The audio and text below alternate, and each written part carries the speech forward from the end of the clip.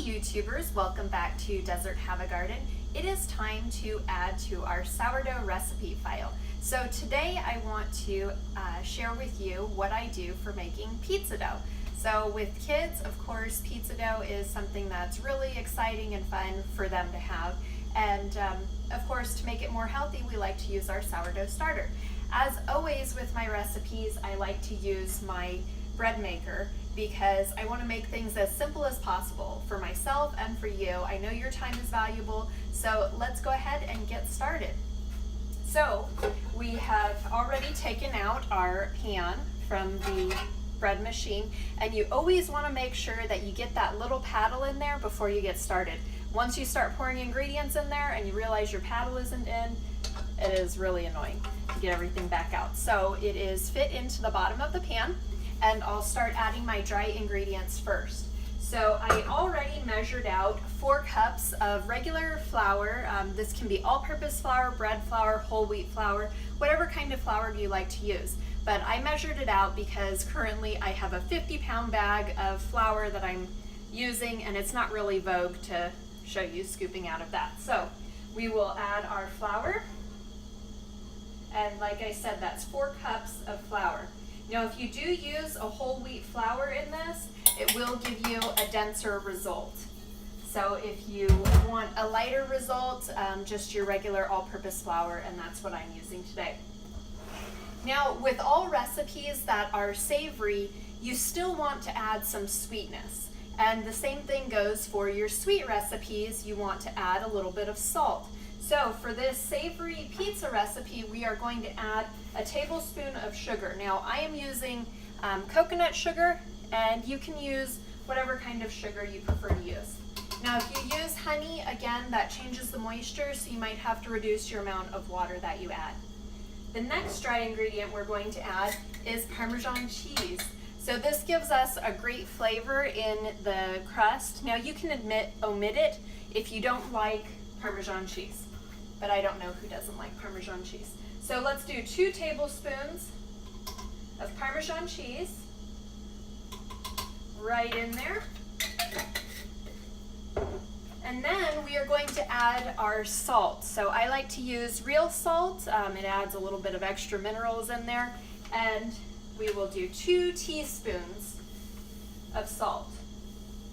Again, regular salt will work, sea salt, or real salt. So we've got our 2 teaspoons. And then for our final dry ingredient, I put in a little bit of Italian seasoning. So 1 teaspoon of Italian seasoning gives you a nice flavor in your crust. And again, this is one thing you don't have to add if you don't like having that flavor into your dough, but I think it really helps bring out that Italian flavor when you're making pizza dough. So there's all of our dry ingredients. See if I can show you without tipping it over, dumping it out, and they're just in there. Next, we will add our wet ingredients. So I have 1 cup of water. And then here comes the star of the show, our sourdough starter. So there it is, nice and alive. Look at those bubbles. It's healthy, and it is ready to be used. I just pulled it out of the refrigerator. It's important. Always keep your starter in the refrigerator. That way it won't get funky and gross and turn bad. You don't want the bad bacteria. So using a spatula, I just scoop it right out of this jar into a bowl.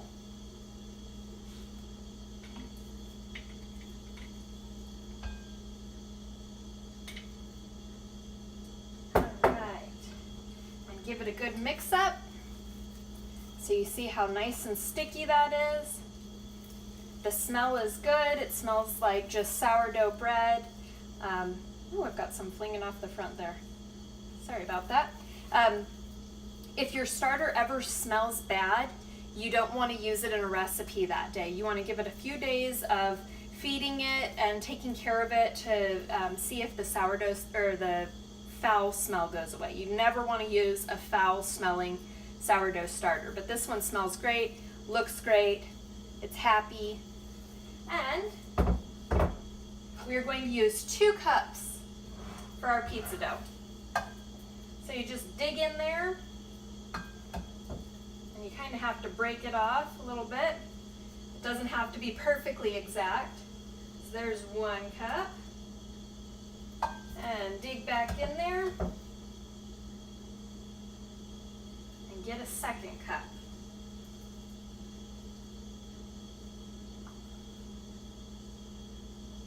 Now we have all of our ingredients in the mixing bowl, and it's ready to just put into the bread machine. So let's go ahead and get that in there. Okay, I have inserted the pan inside of the bread machine, and you can see everything's in there.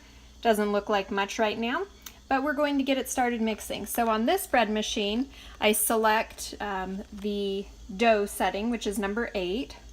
So you just change that until it's on number 8, and we press start and let it start its magic. So it'll just get a nice little start of mixing around, and I will check back with you when it starts to come together. It's a couple minutes into the kneading cycle, and the dough is starting to form together, but you can see that it's not all gathered up yet. But you want to hold off on adding additional water or flour at this point. You want to give it some more time and let it all really come together and make sure that it's not where it needs to be before you start altering it. The dough has formed up into a nice ball here. It's not completely ready, but it is all formed together and I don't have to make any adjustments. Now, depending on where you live, you may have to adjust. If it's more humid, you may need less water. If it's drier than here, which is pretty hard to beat, our dryness, you may need to add more water. So if you start your recipe and you find that it's too dry, just adding about 1 tablespoon of water at a time and allow it to really incorporate before you add any more, just to see if you get a good dough. Alternatively, if it is too wet, you can just start adding a little bit of flour at a time, a couple tablespoons at a time. Again, allow it to become completely incorporated before you add more. You don't really want to throw off your balance of liquid and dry ingredients. So we'll let this finish and then we'll check back on it. Our dough is now finished with the kneading process, and you can see it's a nice smooth round ball here, and if you touch it, you can see it's nice and springy. It's not sticky where it's stuck to my finger or anything like that. It's just a nice dough. So the bread machine is warm right now, and so this will just stay here in the warmth for the next hour. Let's see. And then the machine will think that it's done. Now this, because it is sourdough, we want to allow it to process for 6 hours. That way it becomes completely fermented and has all the nutritional benefits of breaking down the phytates and other things in the wheat. So I will allow this to set here for 6 hours, and then I'll come back to the next step. Now, another thing on timing, most of my recipes I start first thing in the morning because bread is a long process, and so I'll start it in the morning and then bake in the afternoon or evening. Now this one, you can start it in the early morning and have pizza for lunch, or you can start it in the, I don't know, late morning, say around 11 or even as late as noon, depending on when you like to eat supper, and allow it to rise for 6 hours before you make it into pizza and bake it for dinner. So that's your choice on timing. So I will allow this to go 6 hours and get back to you. Okay, so this bread has been rising for about 7.5 hours. We had to make a trip to Lowe's to get some stuff. It turned out to be longer than expected. When we got home, the power was out. So obviously my bread machine wouldn't work. It was getting hot in here, and I wanted to give a little bit of time to see if the power would come back on. But as you can see in the window of the bread machine, this dough has risen way too high. So I'm hoping it doesn't stick to the lid. I'm going to pull it up now. Okay, so look at that big old crown over the bucket inside the bread machine. So you wouldn't normally want to let it get this puffy. You would probably punch it down a bit in between to keep it from doing this. but today kind of worked out to be a little goofy for us. So what I'm going to do is I'm going to start the bread machine again and allow it to start kneading. And I would do that anyway, regardless of over-rising it. Allow it to knead it into a smooth dough, and then we will spread it out onto our pizza pan. Okay, now that the dough is done being kneaded, again, I use a towel placed down on my work surface that keeps the pan from sliding around. And I like to use stoneware. I've used my stoneware for the bread pans as well as my pizza pan, and here you can even see some stains from making cookies on here. Now, speaking of stoneware, I got a comment on one of my other videos, the bread video, saying that my pans were disgusting. So the thing with stoneware is that you don't exactly wash them between uses, you just kind of scrape them off and brush them off, and the heat from cooking kills any bacteria or germs. So that's just kind of the nature of stoneware. So if it looks a little worn, that's the way it's supposed to. Now my dough is here, and you should be able to see some of the herbs in there. And now we're going to roll it out. Now if it's a little bit sticky, you can add some flour. I have a little dish of flour here. And either way, I like to spread a little bit on my stone to keep it from sticking once it's done baking. And at this point, it's a good time to also preheat your oven to 425 degrees to get ready to bake it. And this part just requires a whole lot of elbow grease. So we use the the bread machine in order to make it easier on yourself for all the kneading. However, this part, there's just no way to get around it. Now, some people are really fancy and they're able to toss a dough and make it into a beautiful round pizza dough. If you're one of those people, more power to you. I'm not skilled in that way, so I just use a rolling pin and elbow grease. Now, this makes a large size pizza on this rectangle, but you could do 2 medium size, or if you really wanted to do a thin crust, you could see how far that got you.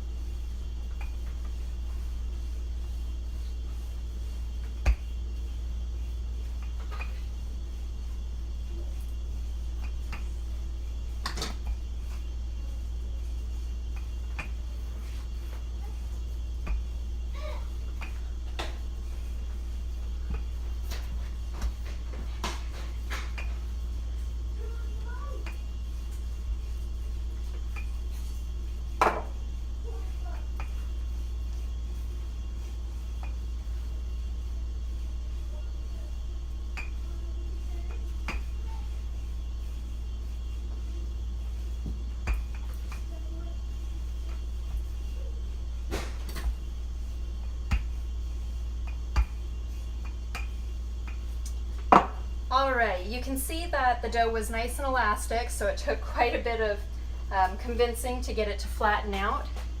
But here it is. The next thing you want to do is, using just a regular fork, you want to puncture it all over in order to prevent big bubbles from forming while it's baking. And if you get those big bubbles, what will happen is your toppings will slide off into the bottom of the oven, and you'll have a burny, smoky mess, and the dinner bell will go off.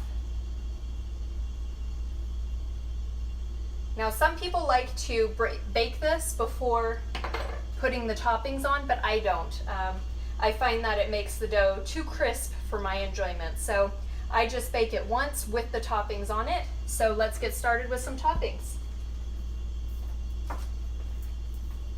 First, you'll want to add your choice of tomato sauce. And you could even do an Alfredo sauce or a garlic sauce, whatever you prefer to do on your pizza. So here, I mean, this is just sky's the limit, whatever you like on your pizza.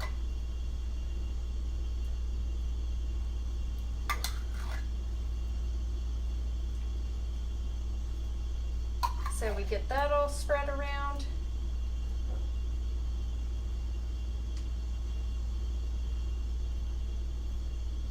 Next, I like to use some cheese. And by some, I mean a lot. So I've got shredded mozzarella cheese here.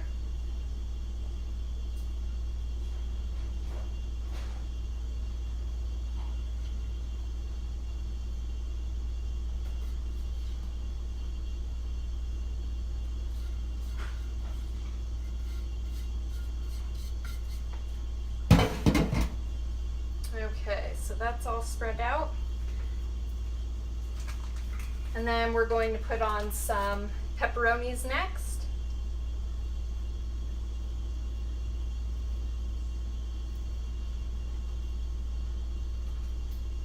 I usually like to do pepperonis and olives and mushrooms, but I don't have any olives, and the kids like to have ham and pineapple and olives, but I don't have any pineapple either. So tonight we're just going to go with pineapples and mushrooms and see how it turns out.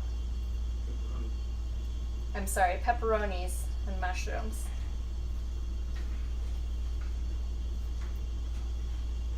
Still working on getting the air cooled off in the house. My brain must not be functioning real well. Okay, and then I've got some mushrooms here. And the kids don't want any mushrooms, so we'll leave mushrooms off of it, on part of it.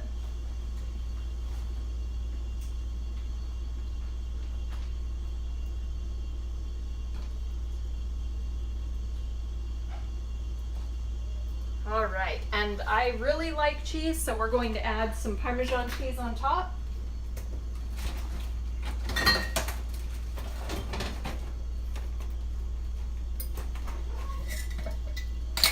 All right.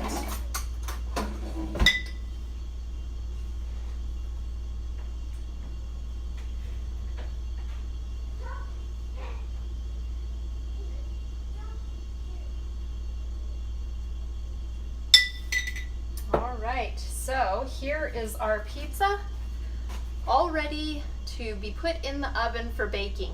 And this usually takes about 15 to 20 minutes to get the top of the toppings nice and bubbly and kind of starting to golden a little bit.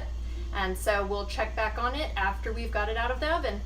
Okay, it's been 20 minutes and I've checked on the pizza. It looks nice and golden on the cheese and it's all bubbly and delicious looking, so we're going to pull it out of the oven. Of course, you always use your hot mitts when dealing with a stoneware. It's especially hot.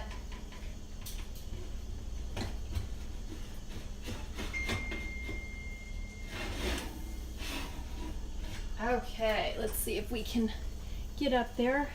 Do you see that beautiful pizza, nice and golden? So now I'm going to set it down to cool for a bit before I slice it.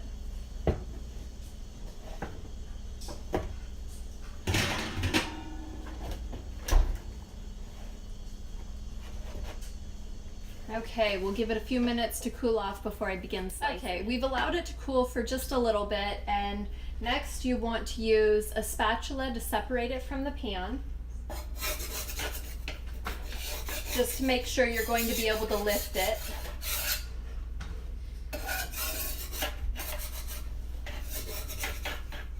All right, and then you can use a pizza rolling tool in order to cut it. And you can cut it whatever size slices you and your family enjoy.